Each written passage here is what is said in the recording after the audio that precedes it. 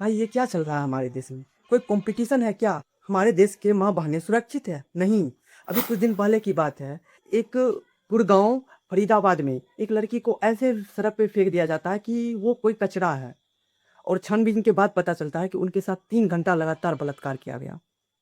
अब आप ही बताइए, हमारे इस इंडिया जैसे कंट्री में, जिसे विश्व गुरु मानते हैं, और बेटियों के साथ हुए हर अन्याय, हर रेप केस की फाइलें खुलेगी। और हाल फिलहाल में एक खबर और आया था, आयन अहमद जो मात्र 19 साल का लड़का है, वो 180 लड़कियों से भी ज़्यादा के साथ गलत काम किया। न जाने कितने वीडियो बनाए, कितने वीडियो वायरल किए, और यह सब काम किया बस प्यार और दोस्ती के नाम पर, बहला फुसला के। और जांच पड़ताल के बाद पता चलता है उसका भी रिलेशन किसी पार्टी से है।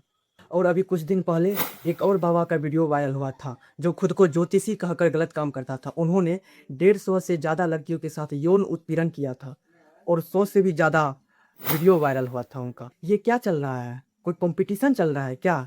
आए दिन रेप का केस बढ़ता चला जा रहा है। किसी दिन पता चलता है कोई लड़की के साथ बलात्कार करके उसे कुआं में फेंक दिया, किसी लड़की के साथ जबरन उसके साथ रेप किया, या कोई लड़की बारिश के डर से कहीं छिपी, कहीं छिप कर रुकी तो फिर उसके साथ रेप कर लिया। मतलब ये क्या चल रहा है? कोई कंपटीशन चल रहा है यार। रेप केस बढ़ता ही रहेगा, कभी रुकने का नाम नहीं लेगा। सरकार कब जागेगी? Everything is fine. हमारे देश के तो सरकार इसी में लगा हुआ है कि बंगाल का नेता ये बोल दिया, वहाँ का नेता ये बोल दिया, मतलब आपस में ही सब लड़ते जा रहे। कोई इधर भी ध्यान दे। मतलब क्या चल रहा है? आए दिन किसी ना किसी के साथ रेप होते जा रहा है। और ऐसे ही हमारे देश के बेवकूफ़ जनता लोग किसी भी नेता को भगवान बना देते हैं, कि बोलते हैं कि ये नेता पूरी दुनिया से लड़ रहा है। उनको ये नहीं पता है कि वो अपने देश के रेपिस्ट से भी नहीं लड़ पा रहा है। क्या सच में इंडिया में रेप रोकना मुश्किल है? बलात्कार रोकना मुश्किल है? क्या यह नेता आपस में ही लड़ते रहेंगे कि वो नेता वो बोल दिया, वो नेता वो बोल दिया? कब ये बंद होगा? कब हमारे देश में ही रेपिस्ट रुकेगा, रेपिस्ट खत्म होगा? कब? कब हमारे देश का सरकार जागेगी? कब? आज फिर मणिपुर जल रहा है, क्या वो हमारे देश का हिस्सा नहीं है? आज मणिपुर में एक घर में अटैक हुआ, वहाँ वहाँ उस घर को उजाड़ दिया। उस घर में जितने भी आदमी थे उनको पूरी तरह से मारा पीटा, घायल कर दिया, औरतों के साथ गलत काम किया बहुत। और वो आम आदमी का घर नहीं था, वो देश के सिपाही का घर था।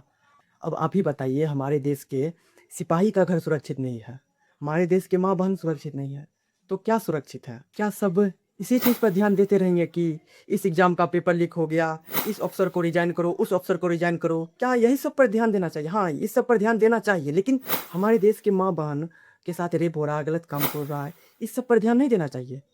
हम ये जो नया पार्टी बनाया है, कॉकरोच जनता पार्टी, जो युवा लोग मिलकर इस पार्टी को सपोर्ट करके इसे और ज़्यादा पावरफुल बनाया है, तो हम इस पार्टी को कहना चाहेंगे कि भाई आप उस सब पर ध्यान दीजिए। वो उस अफ़सर गलत कर रहे हैं, वो अफ़सर गलत कर रहे हैं, वहाँ पेपर लीक हो रहा है, वहाँ पेपर, इस सब पर ध्यान दीजिए, लेकिन हमारे माँ बहन के साथ गलत हो रहा है, रेप हो रहा है, आप इन सब पर भी ध्यान दीजिए। इनको भी रोकिए।